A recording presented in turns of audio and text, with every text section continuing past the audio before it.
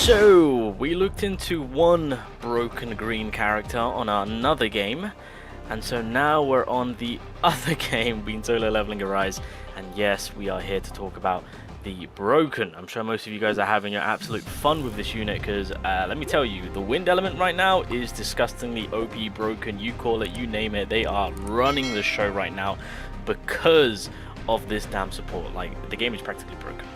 There's no way to put about it. Yeah, wind element is OP. Did spend a little bit of essence, but I got lucky. I mean, I can't complain. And plus, I can get back all these essence through the many modes that we've got to play and get a lot of essence from. So I'm happy. I'm literally 9k off from 300k again, and I've got a maxed out #1 win support, so like I can't complain. But anyway, talking about this unit, obviously we're gonna quickly go through the build on how you guys want to rock with her. This is her current setup right now. I accidentally put that at level 8, but it doesn't really matter. But level 7 across the board, just kind of keeping it even.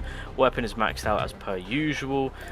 Gear set wise, you're either going to be rocking with, I would highly recommend running this set, and then with the alternative set, you can either run the newest set or the blessing set.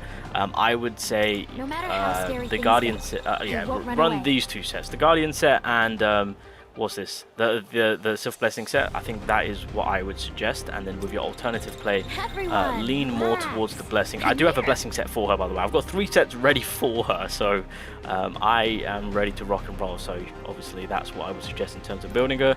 Core wise, this is kind of primarily what I went with. Yep, just kind of keeping it with the purple. Ultimate even though she gives herself more shield, hell no, well, why not just give her more? Let's just get that shield stackage going. Honestly, that's why running that Guardian set for this character is disgusting in terms of the shield play. And then, hey, why not give her some more crit damage? Because she's already got a ton of it anyway, so yeah, that's kind of what we're pushing more towards. So that's kind of what we're working with. In terms of stat-wise, the game primarily wants you to go with defense, crit damage and crit rate, of course, so that's kind of what you want to look out for. If additional defense pops up, that's awesome. Yeah, I mean, that's kind of really what you're looking for, to be honest. If MP pops up too, then yeah, can't shy away from that. But defense, additional defense, critical hit damage, critical hit rate, that's kind of what you're looking for. If you get damage increase, all that stuff kind of being thrown in the mix, that's fine.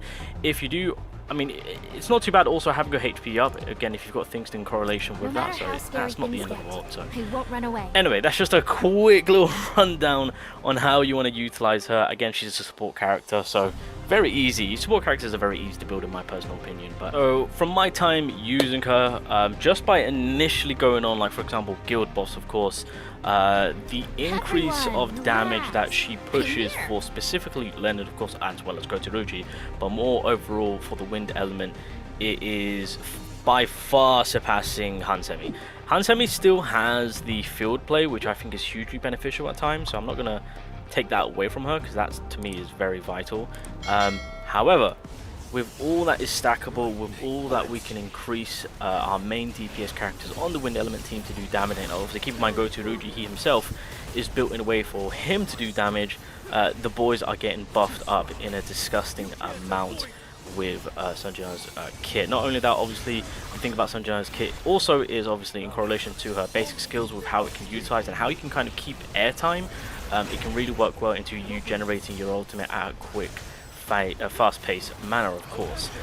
So that's also a big W, of course. I do like her kit in terms of her moves there and how it kind of works as one. Obviously, keep in mind her skill 2 does also provide that shield play, increasing the wind damage towards the enemy. I believe it's only an increase of 5%, but it's on for 20 seconds.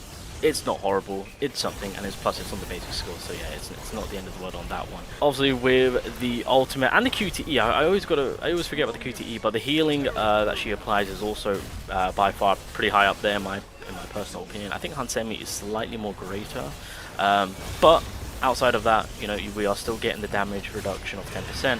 We're still getting the 10% damage increase. We're still getting a 10% wind element damage increase because of the ultimate, of course.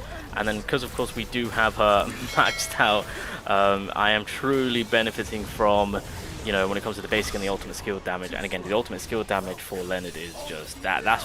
Low-key, that's what you want. because of course that's a 20% increase with a further wind damage increase of 10%. That's on the A1, as I've specified, and I will still say this to this day. Her sweet spot and where you want to really aim for is A2. If you can get it to A2, you're chilling. You can then utilize the custom draw banner to go about pulling her and keep up with the collaboration part 2 happening in the next update, of course. But again, going into the A2 side of it, you then apply the unrecoverable effect, which is going to be very solid for future fights, because now that we're getting into newer bosses that are healing and whatnot, so to have additional 2 other characters on your team to have access to being able to apply the unrecoverable, not having it on their kit, is a huge sell point for this support unit, of course. Obviously going into the A3, this is where things really do get pretty crazy, because you get the attack increase, you get the defense increase, both by 10%. You get the basic skill damage increase, I believe, by a total of 5%. Then with the wind element team, this is the additional. They get an extra 10%, so that's 20% on the attack, 20% on the defense. That's overall, by the way, and then 10% on the basic skill.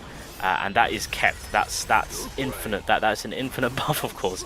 So that A3 is really benefiting your wind element. On top of that, again, 15% on the A4 with the wind typing, getting an increase of damage. And then once you hit that A5, that is when the stacking of the area just comes into effect immediately, because you get 1 stack. And of course, from that point on, that is just that guaranteed additional wind damage. Obviously, she herself gets some extra damage for the Serenade area disruption by 300%, and then on top of that, her Stormwind Serenade also has a little bit of a reduced cooldown, and I think reactivates the sudden showers effect on Jinah, of course. So yeah, with the sudden showers, that's more healing being applied, and then of course the 10% on the increase of damage as well as damage reduction. I'm showing you guys gameplay on the simulation gate right now. I did floor 35, since obviously we can't go straight to 40, so I was like, you know what, I'll skip to 35, get this one done, then I'll go to 40. But decided to do 35 and obviously record it so you guys can see on I honestly, when it comes to this mode itself, because of course I know a lot of people want to tackle it, get the big rewards, because again, there's a lot of essence to be farmed from this, and again, overall it's just a fun game mode to play, to be fair. Especially having a crazy unit as a support unit that we have right now, to see the damage output on what we can total with Leonard, of course, which is an absurd amount, may I say. But realistically, the play with this, and which effectively works extremely well with Jinah's kit, is the QTE route, you know.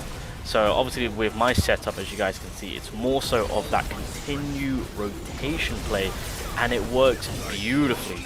Her kit is just made for this, in my opinion, this type of fight, of course. So we're just kind of going at it first. Outside of that, obviously team fights, as you saw with the guild boss fight, it is pretty ridiculous on to how much further she can give further damage output, of course. Because I think, if again, in a team fight situation, if we're talking from a guild boss perspective, Hansemi is probably pushing, from what I've experienced, around about 59 to 60 on the breakage bar, of course.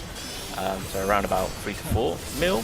And then obviously Jinah, of course, she's just came in and practically near enough gave us 10 mil with a close to 70 break bar. So that's kind of what we're looking at with the more buffed up play when it comes to team fights. So I can't wait for Power of Destruction. That's going to be pretty crazy. People are going to get in some huge numbers on that part.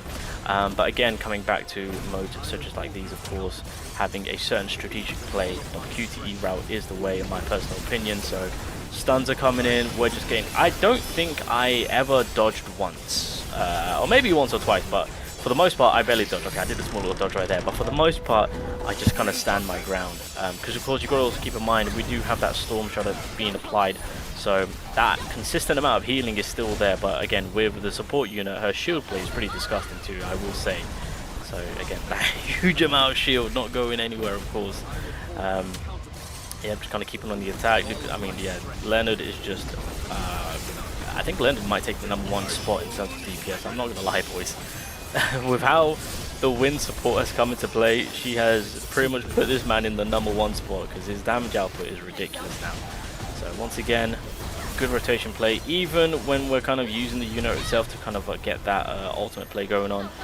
Fairly easy to do so, so that's why I say if you guys do want to tackle this mode itself, utilize the wind element team, then yeah, it will be, in my personal opinion, QTE route with some additional buffs if you guys want to kind of utilize other paths within this mode itself. But keep it on the attack, Jinah is always applying what she needs to apply. I mean, Jesus Christ, I'm trying to see how many so the perma A3 buff is still there. The Gale Storms are being applied consistently.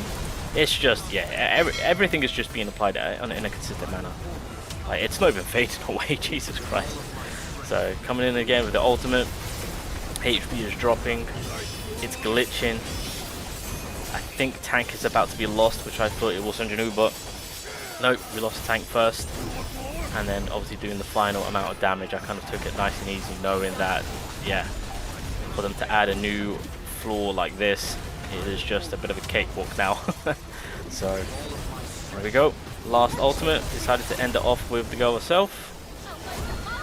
So, even though the character itself didn't exactly get me hyped up, but it's the case of getting your hands on the unit, leveling her up, gearing her up, and then seeing the effect of what she applies in terms of the new amount of damage that we can have on our wind element team. So, obviously went over how to build her, but more importantly, she is broken to an absolute T. Wind element is the #1 element in my personal opinion, and if you guys do want to summon for her, at the bare minimum, try and shoot for 3 copies so you get her A2, and then if you guys want to kind of chill and utilize the custom draw banner, then you're more than welcome to, and more so prepare for the collaboration, because you've got to keep in mind, there's another wind element coming. There's another wind element coming.